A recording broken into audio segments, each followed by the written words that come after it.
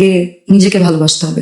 আমাকে দায়ী অন্য মানুষরা করছে, আমরা একটা টিম, ব্যক্তিগত জাহির আলভি নায়ক হিসেবে অফিস না। তো most of the time public ফিগাররা যখন কোনো পাবলিক প্লেসে যায় তখন অবশ্যই ম্যাক্সিমাম টাইমে তারা মাস্কটা পরিধান করে। লুকিয়ে লুকিয়ে আমার বাসায় যাচ্ছে, ইটস নট লাইক দ্যাট। তারা কিভাবে শত্রু হলো জানি না, একটা সময় তো বোন ডাকতো, আমার জন্য নাকি জানও দিয়ে দিতে পারতো। আমি এখন আপনি আমার বাসায় যেতে পারেন না, আপনি যদি আমার পরিচিত হয়ে থাকেন, আপনার বাসায় কি আমি যেতে পারি না? সবাই শত্রু, আলভির আশেপাশে আলভির ক্লোজার আছে, সবাই তাদের শত্রু। এখন এগুলো বলে কিন্তু তারা সবাইকে ছোট করছে। তখন কিছু হলো না, আতখা তুমি এখন যখন সবাই বিপদে বা একটা সিচুয়েশন অ্যারাইজ হয়েছে, তুমি সোশ্যাল মিডিয়াতে এসে যাচ্ছে তাই স্ল্যাং ইউজ করে বাজে ভাষায় কথা বলে নিজেকে খুব ভালো প্রমাণ করার চেষ্টাটা, এটা খুবই বেসলেস।